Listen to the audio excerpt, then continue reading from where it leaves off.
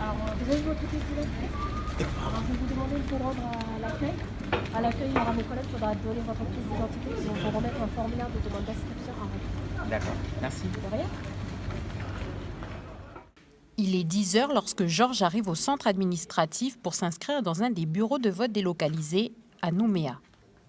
Après avoir rempli un formulaire, le jeune homme doit passer avec une conseillère pour procéder à son inscription. Je vous vérifie dans un premier temps que vous êtes bien inscrit sur les listes électorales. 20 minutes plus tard, et Georges est officiellement inscrit dans un bureau de vote délocalisé. Un soulagement pour le jeune homme qui ne pourra pas se rendre à Lifou le 4 octobre. Trop compliqué pour lui, qui travaille depuis quelques années à Nouméa. C'est pour me faciliter pour le déplacement. Et puis, comme ça, je pourrais voter ici à Nouméa que de me déplacer sur Lifou. S'il n'y avait pas les bureaux, soit je fais une procuration, et sinon je suis obligé de prendre congé pour aller voter sur les îles. Ouais, je trouve que c'est une bonne idée surtout pour les gens des îles qui ne peuvent pas se déplacer. Puis après, il y a des gens aussi qui n'ont pas les moyens de partir sur les îles. Toutes les personnes qui souhaitent s'inscrire dans un bureau de vote délocalisé ont jusqu'au 17 juillet pour effectuer leur démarche. Même chose si vous souhaitez annuler cette option. Autrement dit, si en 2018 vous avez voté dans l'un des bureaux de vote délocalisés, mais que vous souhaitez voter chez vous pour ce scrutin, vous devez en faire la demande au centre administratif. Attention, une fois le choix établi, il ne sera pas possible de revenir en arrière. Les îles Loyauté, Bélep et l'île des Pins recensent plus de 23 000 électeurs.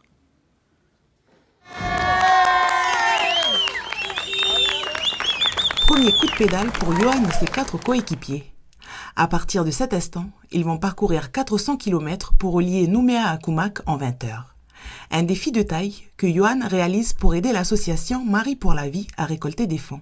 Accompagné du papa de Marie, de 2 parrains de l'association et d'un ami, il traverse 12 communes de la côte ouest. À chaque escale, c'est beaucoup d'émotions comme ici à Kony.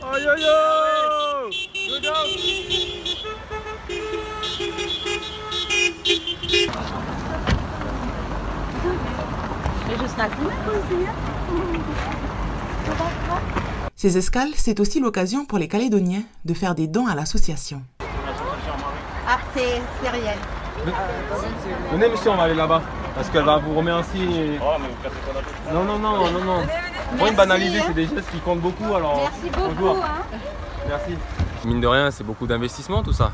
C'est beaucoup d'investissement, c'est des pensées c'est forcément une pensée pour Marie, c'est des pensées pour les gens qui nous ont quittés. Moi, j'ai ma tante aussi qui m'a quitté il n'y a pas très longtemps, qui s'appelait Marie également. Donc c'est beaucoup d'émotions, mais en tout cas, ça fait grand bien. Il nous reste 100 km, on a fait le plus dur. Je pense que là, l'idée, ça va être de lever un petit peu le pied parce qu'on a pas mal appuyé entre Bourail et Koné. Et là, on va savourer. Après un déjeuner sur le pouce, le convoi reprend la route. Pendant ce temps, à Koumak, ça s'active. Avec Lise-Marie, la sœur de Johan, toute la commune s'est mobilisée. Et chacun participe à son niveau. Je vous laisse poser là-bas la table pour les boissons et ici pour les gâteaux et autres. Merci les enfants de votre participation. Donc aujourd'hui, rien n'est payant, mais on a voulu mettre en avant le partage. Donc chacun amène un gâteau, des fruits, une boisson et on partagera tous ensemble. C'est aussi l'occasion pour la population de Koumak de se retrouver autour des nombreuses activités prévues. Atelier Zumba, goûter partagé, maquillage ou encore château gonflable, un accueil chaleureux attend l'enfant du pays. Je suis le parcours de Johan pour voir s'il arrive bientôt. Donc, Koumak, vous êtes prêts? Ça, c'est la présidente de l'association qui a mis ça sur Facebook, sur la page Marie pour la vie. Donc, je lui ai répondu que oui, on était fin prêts, on est excités, on a hâte de les voir tous arriver.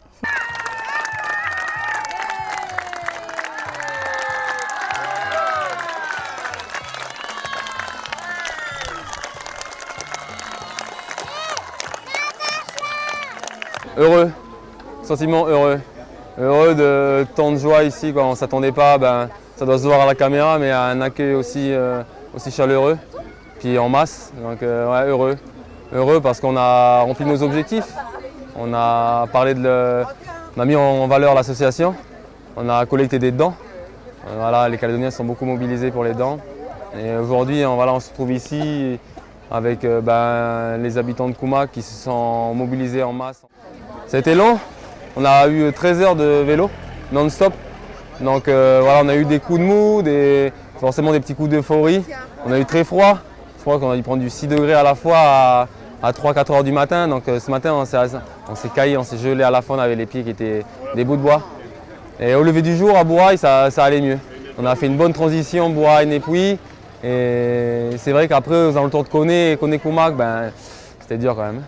Un parcours lent et douloureux, mais ça n'a pas empêché le sportif d'atteindre son but. Nous le retrouverons sans doute dans un prochain défi solidaire.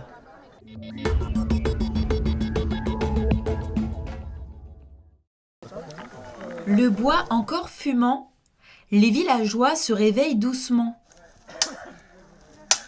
Pendant que certains s'exercent à l'épée, d'autres finissent de prendre leur petit déjeuner. On va se faire un peu de tisane, manger du pain comme à l'époque, des oignons crus, du jambon, un peu de fromage. Alors là par exemple, en fait, c'est un pain d'épices, donc recette de pain d'épices médiévale. C'est pour ça qu'en fait on trouve justement des noix ou des amandes.